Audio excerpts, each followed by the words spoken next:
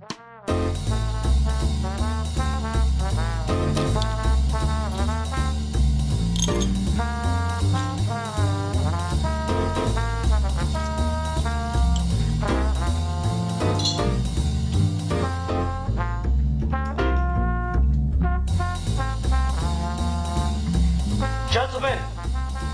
the time has come once again to discuss things.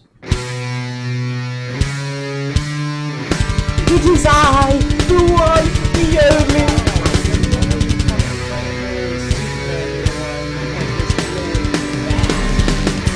Let's not.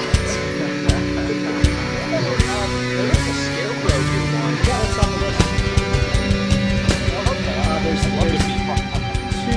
it's funny, but no, I'm just gonna fucking start the episode and go into that. Hi everyone, welcome to another episode of Geeky Gentlemen. I'm Super 2. Joining me today is... They never know how to do it. Alfie, you go first. I am a geek for fun. I'm not Deadpoolzilla anymore. I absorbed too much time energy and I had to regenerate. I'm Mr. Multiverse now. Huzzah!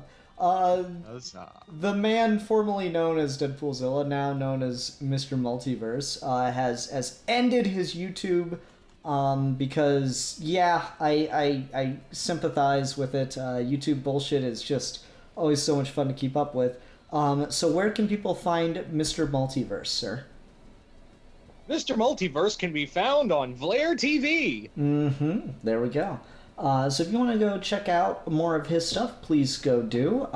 But I'll, of course, very kindly didn't delete all of his videos on YouTube. I kind of hate it when people do that. Like, admittedly, I don't go back and rewatch stuff every other day or something, but it's nice to be able to go back and check out people's older content now and again. Anyway, so... I asked Mr. Multiverse here to join us for this episode because it's just, I don't know, something about these origin pieces that we're doing. It's nice to have that three-person dynamic to get through them because some of these are a bit short. But this week we're talking about Birth of the Demon, which is the Ra's al Ghul origin piece by one of his creators, Denny O'Neil. And we're also talking about Ra's al Ghul Year 1, or Ra's al Ghul. I kind of go either way because I've heard it both ways. But It's tomato. yeah. But if anyone has a preference, feel free to leave hateful comments. They help the algorithm out all the same. Anyway, so we're talking about Birth of the Demon first, and then we'll go into Ra's al Ghul Year 1. So I'll just go round robin real quick.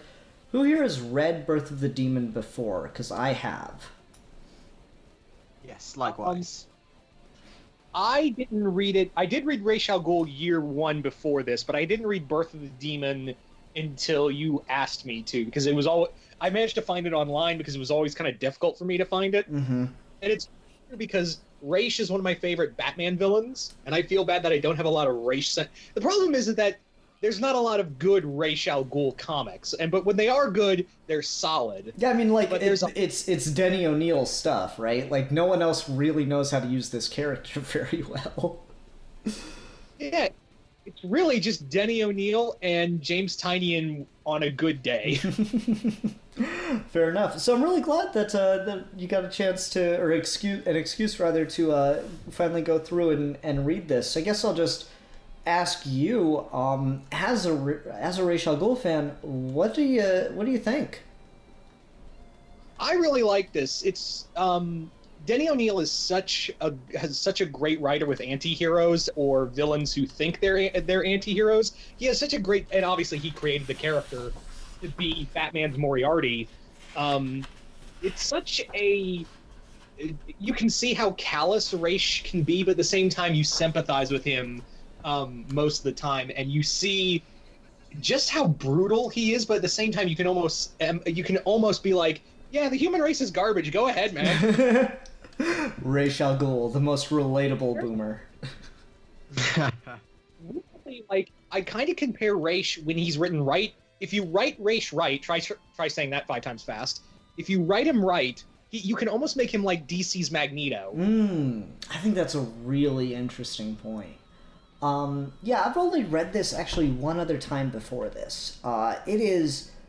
I got this, you're not wrong about this being like a hard book to track down. I got this when I worked at Goodwill because it had been donated. I've literally, all the times I go into a comic shop and I look at the trade collections and stuff, I have never seen this in a comic shop.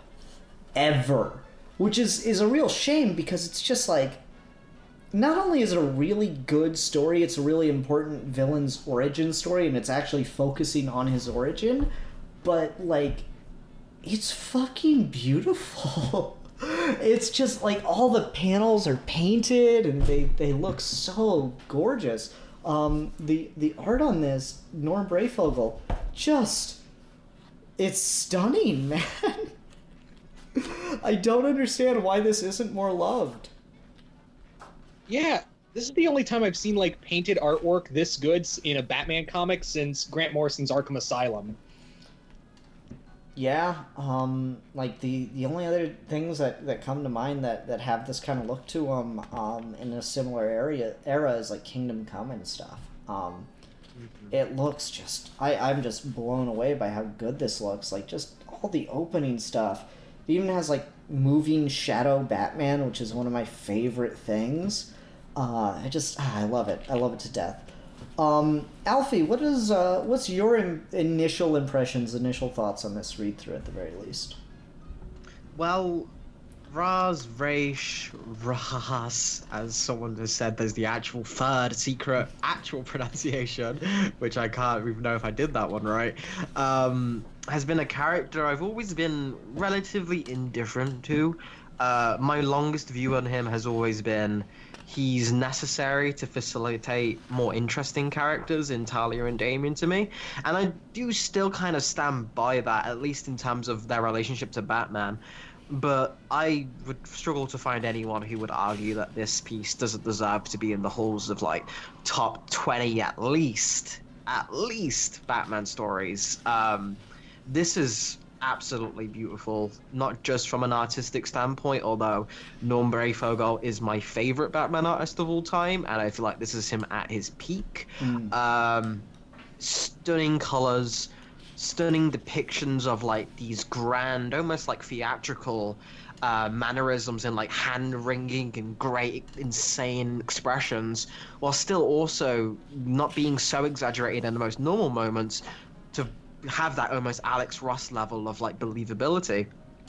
Then you get to the actual work by Denny O'Neil, and you can tell that he pulled his heart and soul into justifying this character and really making a statement on Batman is born from death. Grant Morrison would often say that Superman fights the impossible, but Batman fights death. And I can't think of any other villain in his rogues gallery that is best summarized of also fighting death as Raish or Raz.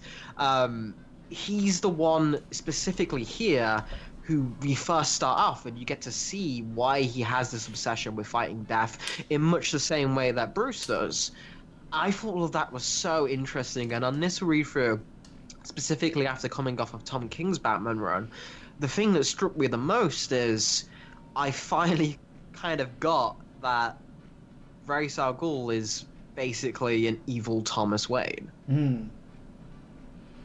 He's a physician, and he's got that obsession with trying to do good. And at the beginning, he's very Thomas Wayne-like. He's in a city, in a place where there's good, there's bad, but he's trying his best, and he's fundamentally kind, to the point where he'll let himself be killed over something he didn't even do for the person and his ailing mother. But then he slowly gets corrupted, and he lives too long, and all of that noble goals and fighting death kind of takes priority over everything he's lost, and he kind of loses himself in that madness. And as a foil to Batman, who also toes that line, I think it's such an interesting dynamic that this book almost makes me want it to be the last Ra's al Ghul story because I don't think anything's topped it since, and I think he's a character you can almost get away with letting rest because, like I said with Talia and Damien, his legacy doesn't have to end even if he gets a final send off. I think the only problem with that is when you have a character whose like shtick is that he can't die because he's like the titles I've heard for Ra's al Ghul are like Ra's al Ghul the Immortal, you know, like he's got these his whole thing is that he avoids death, he fights death. It's kind of like it's almost necessary to the character that he's never truly gone in and of himself. Like one of the thing is, you know, funny thing is, the two stories we're talking about tonight are two of my top 3 Ra's al Ghul stories. The third one is the episode of Batman Beyond where it's revealed that he took over Talia's body. Because I love that shit. Like, I still get like that episode still like makes my skin crawl just on that fact alone. Yeah, you think that's bad? I kissed him. Batman said he doesn't support gay rights. Batman's canceled. No, but like, these are my favorite Ra's al Ghul stories that we're talking about tonight. These things just, they work so well. They humanize Ra's in a really interesting way, but they also like, it's the tragedy, and I think this initial comic is so good and grand at setting it up because he's this man who has everything, and then he loses it, and it's that whole one bad day thing of course this is the kind of person he becomes when everything he had was taken from him. He becomes this just irreparable monster, and it's just so unfortunate that the one thing he has is not dying, because he can't even die with a tarnished legacy. He has to go on and just make it worse, and become more twisted and more evil and grow more and more mad as the years go on. And I absolutely adore that sense of grand mythic tragedy that Ra's al Ghul exhibits in these stories. Because, you know, I was interested, we'll go to it in a bit and talk about it on its own, but like, I wasn't sure, because it's been a while since I've read Ra's al Ghul Year One, I wasn't sure how well these two would mesh, and besides a couple like timeline-y things, they go surprisingly well together. Which is, I think, really impressive and kind of fits that more meta sense of why we're doing this, to like, can you get Batman and his rogues gallery and all that, can you timeline that all together and have it mesh really well? And so far I think we're doing really well on that, particularly with this, because this is like so far back. Technically we probably should have started with this, but what can you do? This is so far back in his timeline that it just creates a really interesting picture of who this guy would become. And it's also just got like, I guess you could say comics in general do this, but I think Batman comics do this particularly well, which is to just do something like truly 110% fucked, and you just sell it, you know, just like, it's never just enough that like, oh, this person had a tragic backstory. It's like, it is the most ludicrously tragic thing you could imagine. So it's not just enough that Ra's al Ghul resurrected a man with the Lazarus Pits through his own brilliance, and then that man went crazy from the madness and killed his wife. That would be enough for anybody. Then he has to spend a day with her corpse in a cage out in the desert. And it's like, what the fuck? Why is it so gruesome? It's almost like, I'm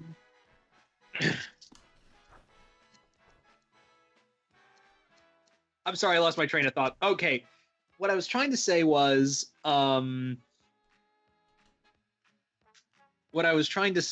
that Dennis O'Neil really does it well of making a Shakespearean tragedy. What I also like about his writing, especially when it comes to his work with Ra's, is that it really does mirror especially in Year One, where the whole the whole saying of, you stare so long at the pit, how long until it stares back at you kind of thing. It's me. He doesn't like outright say it. He says it, O'Neill tells it through his writing. Mm-hmm. He tells Raish's fall from grace, not by like hitting you over the head as like, oh, do you get it yet? He's now become the bad guy. No, it's done masterfully through this writing and through and how far you can break it. Like I said, very almost Shakespearean in a way. Mm-hmm. No, I absolutely. I'm sorry. Did that make sense? No, I absolutely agree. I think it does have this like, I don't know if I'd go Shakespearean, but it does have this like timeless kind of that mythic sense of storytelling that comic books do well. Mm-hmm. And to kind of justify that, I feel like there's very few villains in Batman's Rogues Gallery, I feel, that understand, and it's almost the cream of the crop, get it? But some see Batman as like a force or something in Gotham, and that's like your Riddlers, your Penguins, your even Catwoman to an extent. They see Batman as like this thing to overcome, or this thing to fight, or this thing to test themselves against. But overall, just like a man still. The main three who kind of understand what Bruce is going for, even more than what Bruce does, are Raish, Bane, and Joker. All three of them get almost the meta, mythical, huger-than-life instinct that Batman is creating here and now, that he has created an idea that can fight crime. Think about that for a second. He is an 8-year-old boy thought of an idea that can fight crime, an age-old question, and he's doing it through sheer fucking force of will. Only those three understand it. Joker makes it a joke. Bane thinks he can do better and fight it and break it and crush it. Raish is the only one who wants to surrender to it. He, in nearly every single one of his incarnations, even this, is like, you've got it. Let me help you. Here are my resources. Do this one thing just to prove you're ready. And Batman won't compromise his idea to that. And that's their one disagreement that would prevent them from probably being the father-son dynamic that he could never have with Thomas, because he'd have Talia and be a grandfather to Damien and all of this. These very intelligent, very wise men who understand the mythic importance of things. They would understand each other quite well because of that one fundamental difference. Bruce hates Raish to a degree which I feel like here we can maybe argue how much of this is caused by the initial fever he gets at the start of the story. But I do think it's interesting to... How do you feel about how this handles Batman so vehemently stopping Raish from having another Lazarus pit and surviving? Does that conflict with the no-kill rule? How far does he take that? Do you think it is moral to let Raish live on through just means, is like it denying it a bad thing? Like, I think that doesn't have an answer, but I'm curious what you guys think of that. Oh man, see, that's one of the things that's really, really interesting, because it's like, okay, yeah, you're not killing him, but at the same time, if there's like, someone gets shot on the street and like you keep like blowing up hospitals in their vicinity, are you really like killing them or not? But at the same time, I think there's something to it, particularly because of the unnaturalness of the Lazarus pit, and I think that's extended on more in Ra's al Ghul Year One, but I think it's like, yeah, sure, immortality and these ley lines and everything around the world, that this magic, it exists, and it's to some extent a natural force, but like Raish has corrupted it, and he's taken advantage of it, and he's used it, he's perverted it in a way that's like completely unnatural and just unfair, and he's made himself a plague on the world for it, which is funny because he doesn't even see it that way, right? Raish is like, no, I'm perfect, I'm saving the world, and yet the first thing Raish does with power is destroy a civilization. Like, that's crazy. The first thing he does with power is genocide to a T. Like the word genocide gets thrown around a lot, and whatever. So, but like, literally, it means to wipe out a people and their culture, and he does that to the point that, like, and there's a great fucking line in it in here, and I'm not gonna be able to find it, but like, a language doesn't exist because it displeases Ra's al Ghul. That kind of man cannot be allowed to continue to exist. That is terrifying. that there's an entire language not spoken because it displeases one man, and it displeases him so much that he kills one of his oldest allies and friends for writing in it. And it's just, that is terrifying. So no, I don't think it violates the no-kill rule, because there's only so much you can allow. Mm-hmm. Any thoughts? I would say that, in theory, Batman could break the no-kill role for Ra's. In fact, like, some different universes, like the Arkhamverse, he kind of breaks it and has Ra's impaled on a fence post. But I think there's the problem is that Batman would just not allow that to happen with that, because in theory he could break it, because was Ra's ever really alive at this point? You make the argument that if his immortality is very, like, on a fine line, would he be killing Ra's if he found a way to blow up every Lazarus pit on the planet? Like, let's say that, like, that's how Batman beats Ra's, is that he poisons or destroys every single Lazarus pit on Earth. No more Lazarus pit. Does that count as murder for an immortal? And is Batman, within his right? Because he's basically killed Ra's for the final time. So it's a very dodgy thing. But again, I think Batman would look at it and go, no, this is still murder, and I would, it would still lay on my conscience, even though this man should have died like over 800 years ago. Mm-hmm. One thing I feel is interesting is I'm very much on the side in generally how it's handled elsewhere with you guys, that it's not really a violation of how Batman thinks. But specifically here, I think the only person who's trying to speak a voice of reason in this book is Talia. Alfred for a little bit, but Talia is featured more prominently. Where Batman, in his state here, obviously he's not in his right mind, but he is so vehemently against Ra's al Ghul that Talia will bring up multiple signs of, well, he's got some humanity, and you deny him his ability.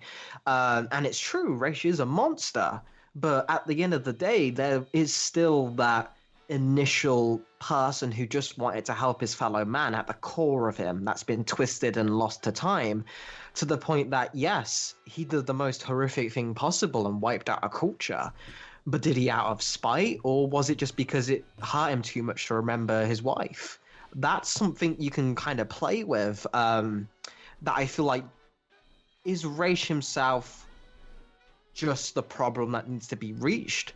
Or is the idea of any immortal doing this wrong? Because I don't necessarily think that's what it's trying to say, because for all we know, Ra's is the person who initially is almost the narrator for the latter half, and then he gets continued at the second half with Hugh, I think he's known as, the only name we get given, at least.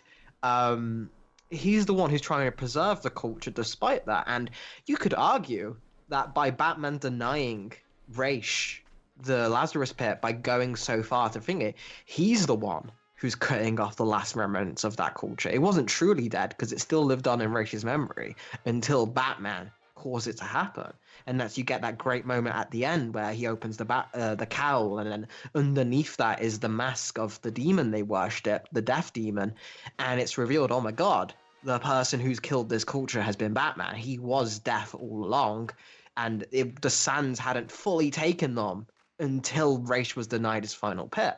Obviously, is this in canon? Is this continued elsewhere? You can interpret that that's not the case, because Ra's is still around to this day.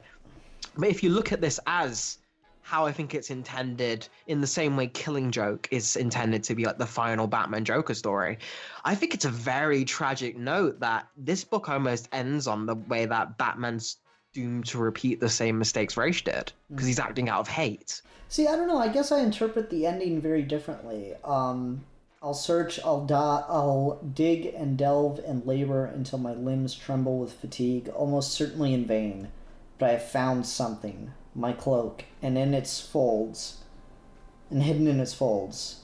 And then he's holding the head of the demon, and he says, then suddenly, for no reason he can fathom, he is filled with savage joy. I think the interesting thing about that ending, or at least the way I interpret it, is Ra's lives. Batman and Ra's go into the pit together and both come out. And that it was Ra's and probably Talia that wrapped his cloak in the demon's head.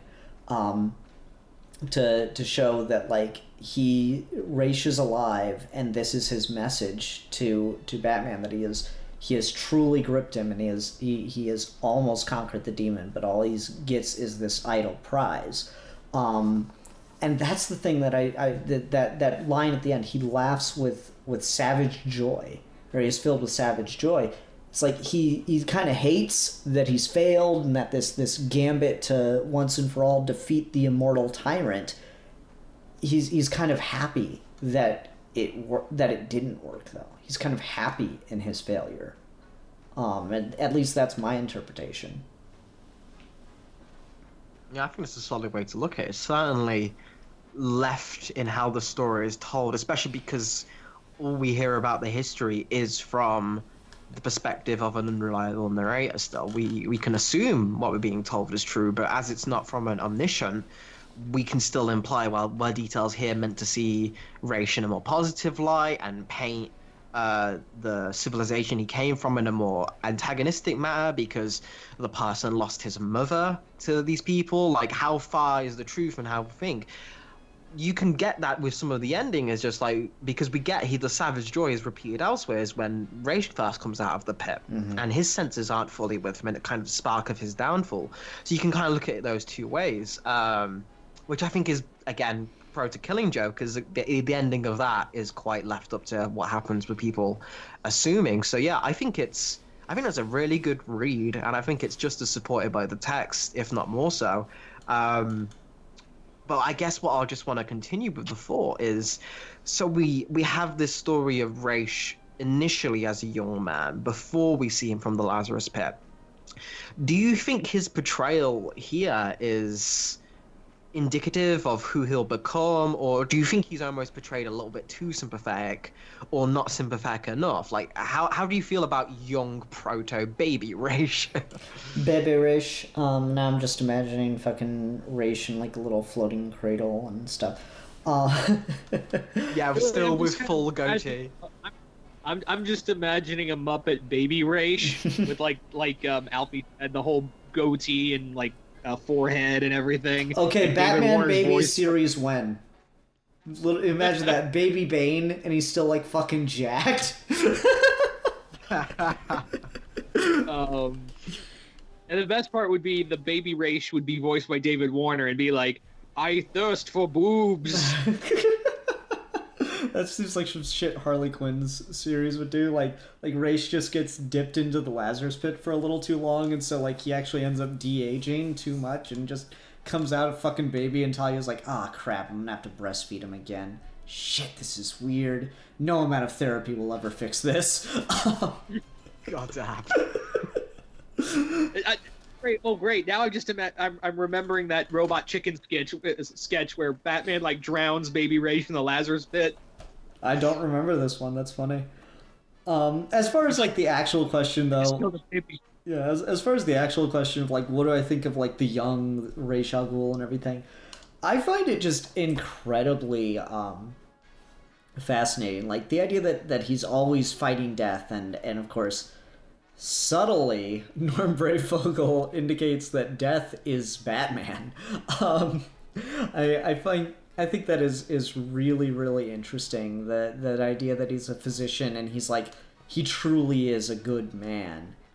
And I the crazy part is I truly believe he is a good man. He goes for revenge and then he falls for the act of mercy. Like even in his twisted revenge, all he does is kill his wife's killer, and he planned to like give the man that sentenced his himself to torment with his wife's body.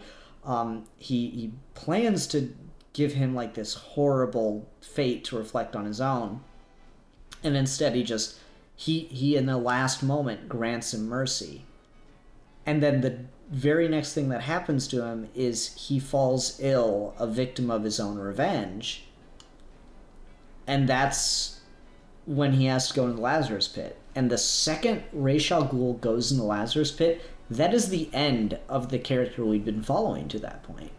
He's a different person after he comes out, and that's always the subtle thing I liked about the Lazarus Pit, is that it's supposed to be kind of like this fix-all, oh, there's no problems, you go in there, you come out just the same. But there's always this, like, you come out just the same, but you get overwhelmed by madness for just a little while. And I like the idea, it's like, no, you get overwhelmed by madness for just a little while, but you lose, or you gain more madness every time you do it. Every time Ra's goes into the pit, there's this sense that he becomes more cruel, more demented. So the first time he comes out, he goes from a physician who was hell-bent on revenge to someone bent on genocide. And that is just terrifying to me. And you just get the sense as things go on that he gets worse and worse and worse about this. And I really, really do like that. Does anyone have anything else they want to say about Resurrection of Ra's al Ghul? Or not Birth of the Demon? Because I think now would actually be a really good time to transition and talk about year one. I guess just one final thing that I think I want to bring up is I quite like how when you mention like Ra's starting off and getting worse and worse as he goes into the pit.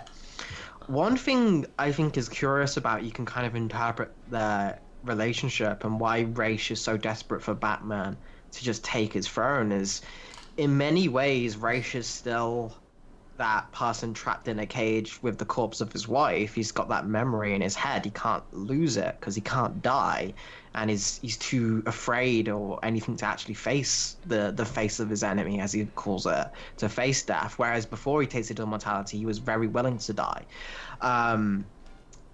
You could argue that Ra's is currently the old man with his son's corpse being tied on the back of the horse, and he wants Batman to do what he did. Just give him that bit of mercy, end the lifelong torture. But Batman's denying him that. And you can take Batman's no-kill rule is he doing more harm than good by just not letting Ra's have his peace? I think that's an interesting thing, because the other thing I think I like to see about Ra's al Ghul is the idea that he is addicted to immortality, that like he keeps having to go into the pits more and more frequently, and he gets worse and worse every time, but he doesn't care because he's just so afraid to die, but like in the back of his head he kind of wants to, because he's always trying to set up a legacy, he's always trying to pass something on, but he's too afraid to take that final step toward death. Okay. Yep. So on that note, I guess let's go ahead and transition and talk about Ra's al Ghul year one. Now Now, Alfie, I know you'd read this before on my recommendation, and we talked about it a little bit then, but what'd you think of it on a second pass through? Second pass through, I think the main thing I noticed was just how short it was this time.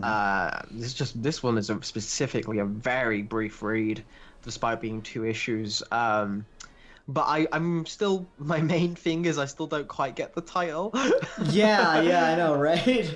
It's called Year Zero. I mean, No, it's because like he's already immortal. Like the earliest we see him, he is already functionally immortal in this book, which is hilarious. and has been for presumably many years, because the first thing we see him do is wait many years, so it's by default more than 1 year. So like, and then it's not even early in Batman's career, because it's set after a presumable final confrontation, as he tends to have with Raish. So it's still not like early, at least it's year 1 Batman. It's not year 1 Batman or year 1 Raish. It's not year 0 Batman or Raish. It's just Batman and Raish year fucking 20 or something. Like, I don't understand the title. But apart from that, this is gold. This is a great 2-piece. I feel like currently I read Birth of the Demon in its bundle with Son of the Demon and I think it's something else, but it's a prequel to Morrison's run, like when that came out with Black Hand. So I read it in that, but I kind of feel like you could probably throw this in there as well, because these 2 stories work so well on after each other, where it's directly showing the consequences and, the Lazarus Pit was like this man-made thing that Raish figured out and he did this. But then you go and learn through the story that no.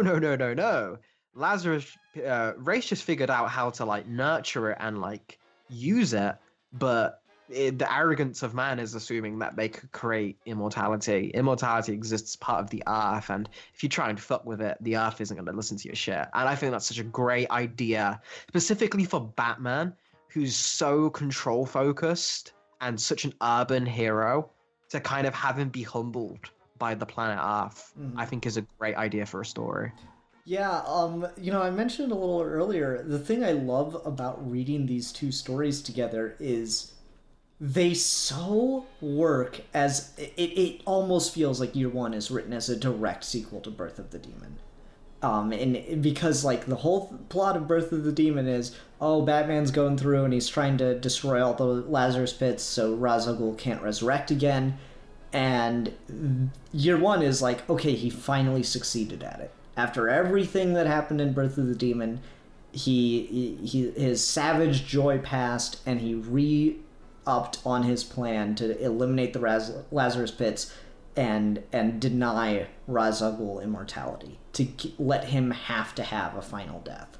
And I love how it plays into that. It's like, okay, now here's the consequences, Batman. And God, like, this is a book, and I always have this thing about like spoilers and don't spoil yourself on something, because there's certain things that you're only ever going to get one time, and I cannot imagine robbing yourself of that feeling. And the end of this comic is one of those. So I'm going to preface this, spoiler warning, if you've not read Ra's al Ghul Year 1 before listening to this, stop now, go read it. Please. I don't care if you don't like Ra's al Ghul. I don't care if you think we're annoying. I don't care if you think Birth of the Demon sucks. Just give yourself this present, even if I'm wrong. Just give yourself the opportunity for this present, because it is one of the coolest fucking endings in the world. That the story establishes, no, the Earth needs a Lazarus Pit. If it does not, then the world will not function. Death will not happen for anyone, and it'll be a fucking zombie apocalypse. And so Batman puts a Lazarus Pit in the fucking Batcave and says, fine, Raish, you want to resurrect? Do it here. It's so good. I love that moment. It's pretty much deceased before deceased. In a way. I mean, it doesn't focus super hard on the zombie apocalypse side of things. I think that's probably its weakest point, is this is 2 issues. It probably should be at least 4, so you could like Mhm. live Or one with the graphic chaos for a novel. little bit longer. Yeah. Or at least like a graphic novel length. Mm-hmm. Yeah, because like God, just I think you're right, Alfie. The biggest problem with it is just very short. Like it's called Ra's al Ghul Year One, and I like the stuff that we see Ra's al Ghul doing. He's just going around the earth, finding places for Lazarus pits, and he's encountering all of these immortal beings. I thought it was pretty funny that we got a nod to Journey to the West in here with the pairs of immortality and shit. I thought that was pretty cool. We get a nod to the conquistadors on their search for the Fountain of Youth and stuff. I thought that was pretty great. And Quick question. Oh, sorry to interrupt, but I have a quick question because it's been a while since I've read this book. I forget, does Raish run into Vandal Savage in this book? no, because Vandal Savage doesn't like the thing is in this he is taking immortality, like he's finding locations that grant immortality. One of the subtle things in the writing that I quite like is Denny O'Neil talks about the ley lines and that's what Batman's using to hunt down the locations of the Lazarus pits. And in this, they do mention ley lines again. So I thought that was a really cool little subtle nod. Don't know if it's intentional, but it feels very intentional to me. So I thought that was a cool subtle nod. But no, Vandal Savage's immortality is extraterrestrial in nature compared to, you know, your Ra's al Ghuls, your Fountains of Youth, stuff like that.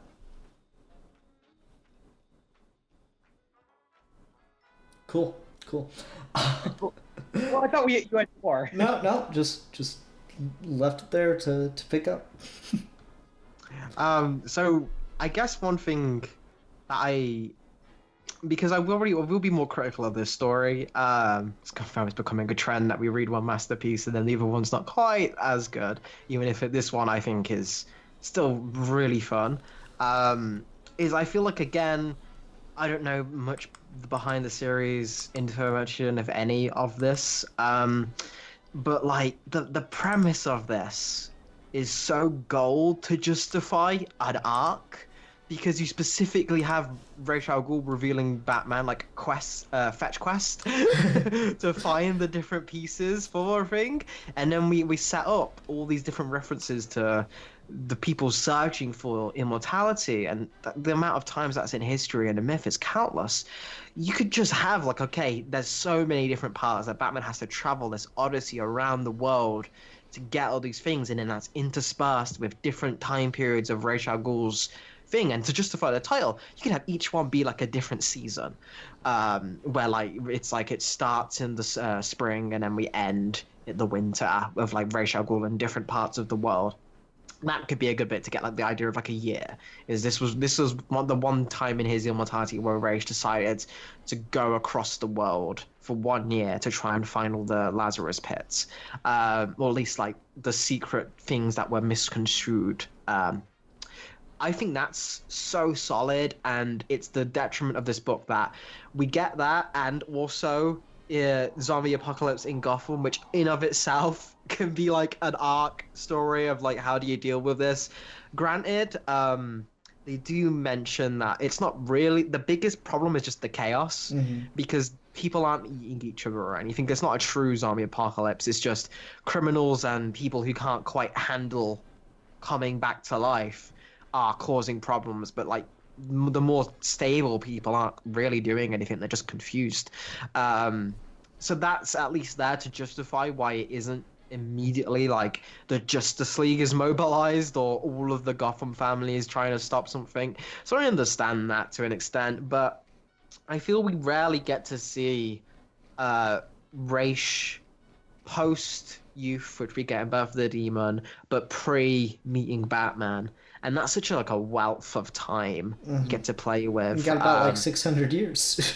Exactly right. It's like there's so much you can do of having this character who's so enigmatic going across the world. But if you really want to, because you mentioned this early multiverse where we have the idea of Ra's being created to be Batman's Moriarty, and I always thought that was almost like a fruitless endeavor. I think Bane and Joker fit reverse Batman's more, or like in that kind of like eternal rivalry more than Ra's does. But I feel like this would be a good chance to kind of mirror Batman's training, of like how did Ra's build the League of Assassins to get where it is to now?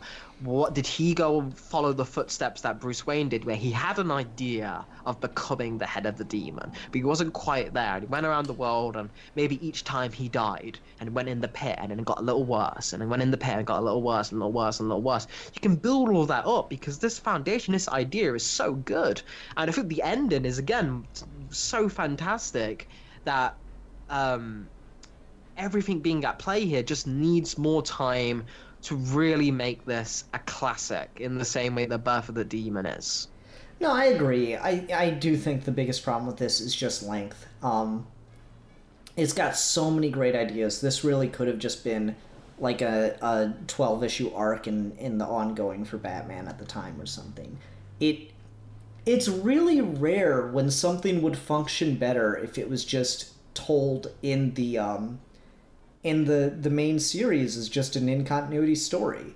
Though, I don't know, if it did that, it probably would have gotten interrupted by, like, 3 issues of tying in with this book or some shit. I don't know. Here's Stephanie Brown! What does she do in the zombie apocalypse? Like, wow, these guys really need to get a case of the stuffs! oh, God. Fucking case of the stuffs. I felt that in my soul, Alfie. Why? Got a bad case like of the stuffs. this was comic today. This would be like a 10-issue arc and 5 pointless tie-in miniseries and an Alpha and Omega issues to start and end the series. Mm-hmm. Mm-hmm. You haven't noticed yet, I'm currently reading through the Marvel event Black Vortex, which is unnecessarily long. Oh, is it unnecessarily long if you're reading every issue, though? You gotta think about it that way. Well, it's a collected trade, so... Yeah, fair enough. No, it's just... This just... It should just be longer. Like, the demon... the Ra's al Ghul stories should be more of it. Like, it's weird, because I remember the Ra's al Ghul stuff more than I remember anything else in this book except for the ending. Like, in my mind, a lot of this was just, like, Raish's letter as he was, like, going around the world doing this thing in the past. And, like, because I think the title Ra's al Ghul Year 1 actually works a little bit better if you view this story as how I remembered it, which is, so Birth of the Demon is just that. It's the birth of the man who would become Ra's al Ghul. Ra's al Ghul Year 1, this is like the story where he's getting more savage, where he's clearly been through the pit a couple times, and he's getting just harsher. And I think the great example of that is when he's in that oh, what's her fucking name? Shit. The lady with the pears, when he's with her and he's like brutally kills her student and her guards and cuts off her head and is like makes a pit out of her beautiful pear garden. You know, like, God, that is so fucking evil. He just gets more brutal and gets more Ra's al Ghul, like, imagines himself as a Moriarty, but he's so much more savage than that. He imagines himself as a gentleman when really he's a brute. He imagines himself as a sophisticate. But truly he is just... I mean, I'll go for it. I'll say Ra's al Ghul is more savage than Vandal Savage is. He's just a mean son of a bitch when you get right down to it. And I think this gives us those glimpses of that. Because, like, he's going around looking for these pits, and we don't quite get his motivation for why. Because, is it for himself? Is it to have the resource of knowledge to know where they are? We don't get the explanation for why he's looking for the pits, just that he is. And I find that really, really interesting. I feel like that's maybe one of the strengths that early Raish's stories had with Dennis O'Neill. Because when you got his first appearance, where he turns up and he's kidnapped Robin, and he doesn't tell Batman that yet, and we get to see Batman kind of have this relationship with Obu, which that's one of the things that I do think is really cool in this story, is we get to see that even though Raish is presumably fully gone, he's managed to build up these contingencies where he still has people who are so loyal to him that they will follow out his last rights and desires, even when there's no way of him coming back, presumably. So I think that's a cool thing. That Batman Ubu conversations are always very, very fun. It's just fun to have Batman have like a kind of a brute to kick around, but such a loyal brute. So we get that callback to the original Raish story, but in that story, you don't really get the sense that he's the head of the League of Assassins and all of that. He's just kind of this mysterious benefactor who knows just as much as Batman and can outfight him and sword fight him. And then at the end, he's like, "Are you a man or fiend from hell?" And it's one of the best fucking panels in Batman's history. He's got the cowl on, his shirt's off. It's just, I need it. It's just, "Are you a man or fiend from hell?" is just what all these stories could be called. But we get that kind of here, where Raish, we don't even know how the letter was delivered. It's just all of this is this mystical kind of thinking outside the box of Batman. He's on a different level kind of thing. But when you break it down to, okay, what is Raish's actual goal? He's trying to teach Batman a lesson about just the futility of his mortality and try and get him onto his side, still in a way that I feel like is done better here than it is in Birth of the Demon, because here his argument is almost 100% correct, right? Mm-hmm. It's that thing where he's got a point, he's got it. He's like, you can't get an argument more fucking solid than, "You don't get it, Batman. You're not alive. You're just happen not to be dead." Like that is such a real ass thing that only how you can write an immortal can talk about. It's just like, "I have drank water," and he says the similar thing in Birth of the Demon, but here it's less confrontational. It's more just, "Here, let me tell you my life story. Let me tell you everything I've known, and here's the consequences when you don't let that happen, when you get your idea of Batman's goal is no one dies in Gotham." And okay, Batman, no one dies in Gotham. Oh shit, you're a child. That is not how the world works. Death is a natural point of thing. But here's why you should believe an adult's point of view. I'm an immortal, I'm the most adult that could be. But as you were pointing out, Ian, he's still very much a child, and the same thing. His first response is, "I'm going to whip out a sword and cut someone's head off." He's just there, but he ruins it because he's like, "Oh yeah, think of all the environmental damage everyone's doing. Next time you save someone, think about that person." And I'm just like, that's where you fucking lose it. Is you're immediately putting human life onto like a scale of things, and that's how you let you know that Raish has officially lost his humanity. Is he's thinking in terms of just like that ultimate utilitarian mindset where you just immediately devalue everything to just stats on a board. Yeah, he becomes the living embodiment of ends justify the means, but at this point you don't even know what the means are. Mm-hmm. I mean, one of my favorite lines in this, and again, the more I think about it, there's no way in hell this wasn't written as at least in a spiritual sequel to Birth of the Demon, because Raish has that line when he's about to fight Batman in Birth of the Demon. It's like, "I know what it was to walk on land." Or hold on, I got Birth of the Demon right here. Let me humor me and allow me to find the line itself, because it's right before "because you cannot, those things..." Okay, hold on. "Before we begin, hear me. I have knowledge which is alien to you, for I have tasted food fresh from the dark, fertile soil, and I have filled my lungs with untainted air, and I have quenched my thirst with water clear as the first day of creation, and you have not, because you cannot. Those things do not exist on this world any longer. They have been destroyed by man's lust for dominance, a lust I know well, for at times it all but consumes me. All is corrupt, all is sick, all is dying. As am I, as are you." And like that, there's that line in Birth of the Demon, and then in Year One, he's like, "You've never walked on lands never touched by human feet before. You've never breathed in air free of pollution." Like it's exactly the same thing. Like there's that same like, I have a perspective that you cannot. It's like, listen here, you young whippersnapper. You don't know. It's literally, listen here, you little shit. Like, and I think that's I think that's the really interesting thing about Ra's al Ghul is he's that ultimate like generational divide as a villain in an interesting way. And I don't know, I kind of love it. I think it's a really cool way to play with dynamics. So Year One is definitely less of an orange. Batman can say "Okay, Boomer" too. I know, right? You think about it, and Batman's usually like, mainline Batman's usually at his latest in like his mid-30s as far as how far DC wants to age him. In fucking New 52, he was like 25. Wrap your head around that one.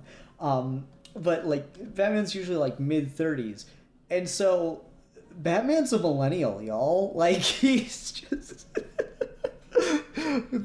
you can't escape that one. So no, Batman can totally get away with saying "Okay, Boomer" to someone.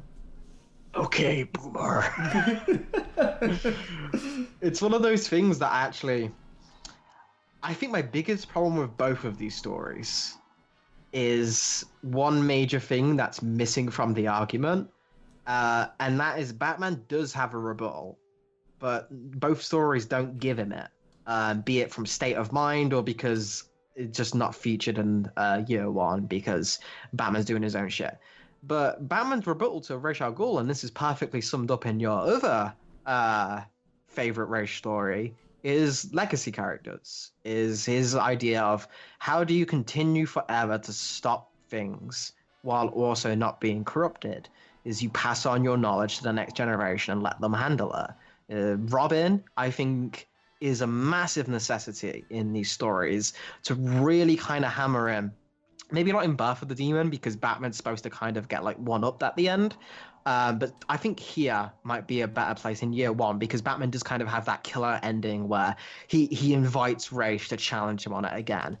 I think having a Robin or any mention of that makes these stories much stronger, because it lets you know that Batman's thought of it and he's come up with his solution. And it's a damn good solution that through the future of this universe, we know persists. There will always be a Batman once Bruce Wayne started that idea. Whereas Ra's will have generations and have people pick up his mantle as head of the demon. It's not quite the same, because they don't quite believe in the same cause that he did, whereas nearly every Batman that continues follows the same basic principle Bruce did. I think that is the equation that's missing in both of these stories that I feel like would have served them, even if it's just there as like a cameo, just to let you know they exist in these versions, in these continuities, that Batman has got this enduring legacy to counter Ra's own. Because Talia, I think her role, that she's absent in Year One, I think is almost curious. I'm not sure where the standard was at the time of continuity, what Talia's current like position was when that book came out. I'm sorry, Alf. I'm go thinking ahead.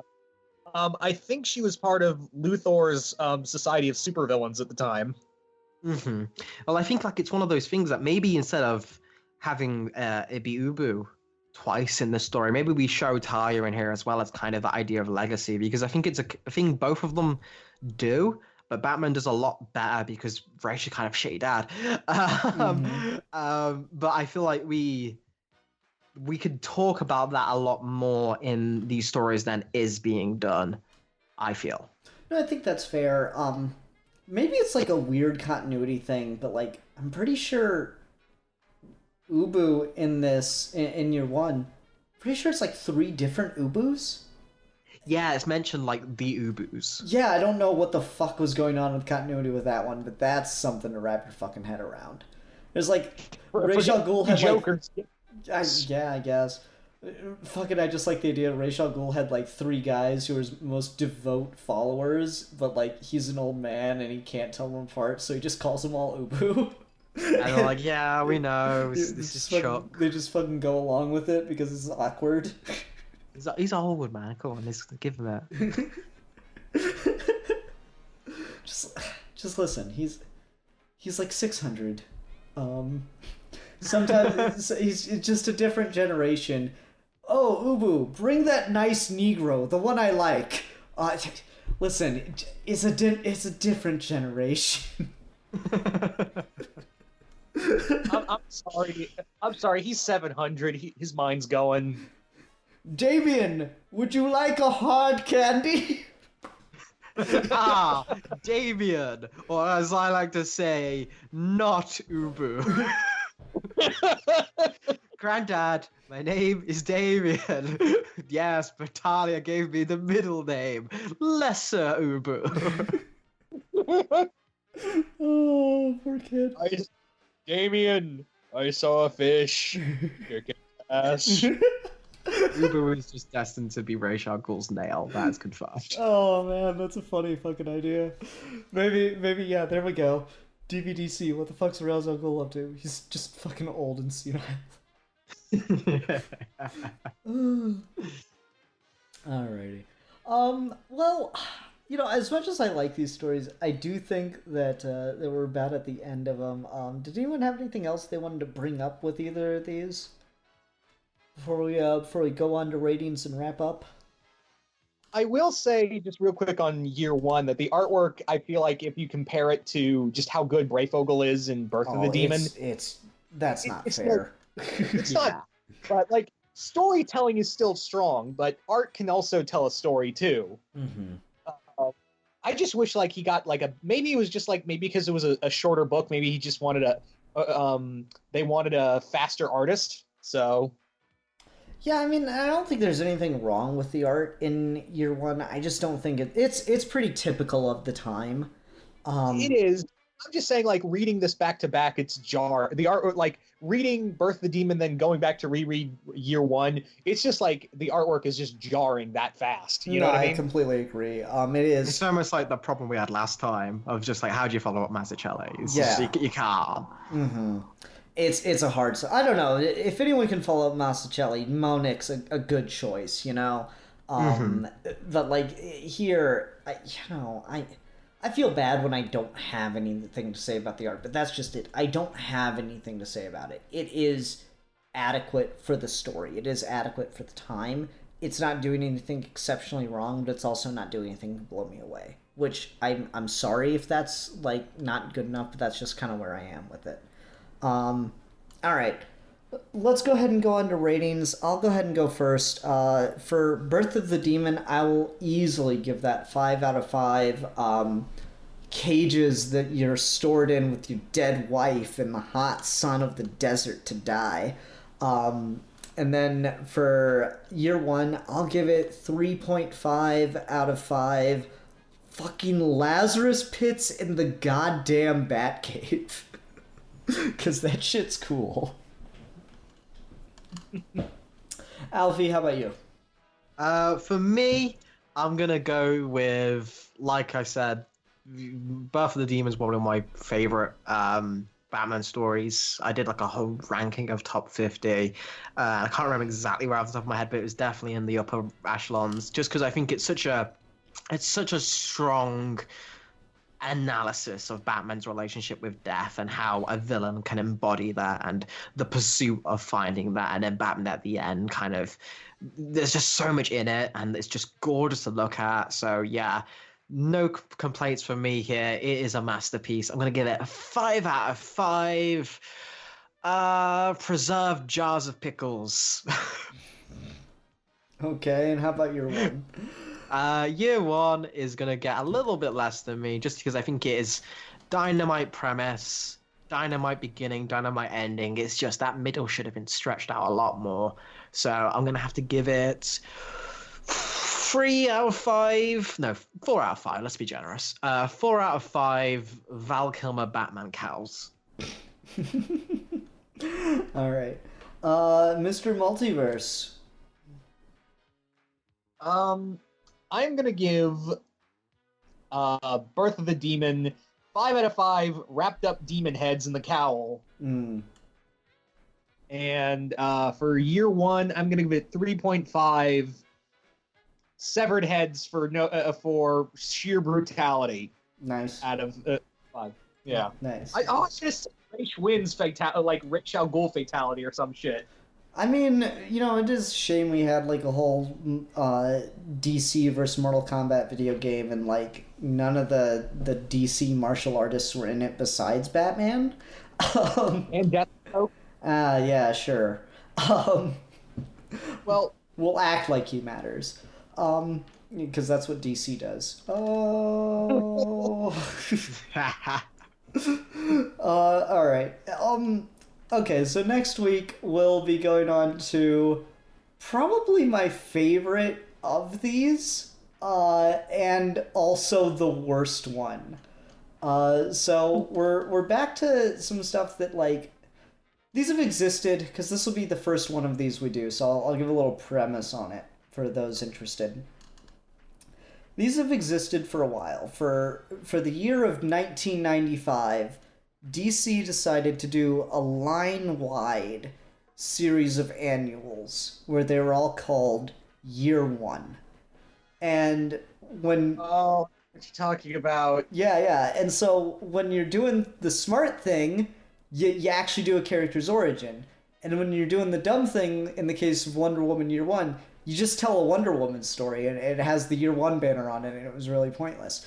So these 1995 annuals, the first two we're going to be covering are Catwoman Year One and Riddler. Oh shit, I should have had the issue numbers up.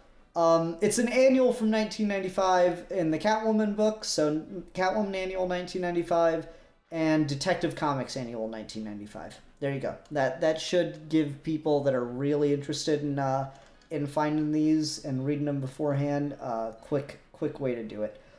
So anyone, I hope that you're interested and you'll follow us along with these journeys. Until then, I'm the philosopher. I am the champion of the oppressed. And I am the guardian of the multiverse. Nice. And we are your geeky gentlemen, and we will be discussing things.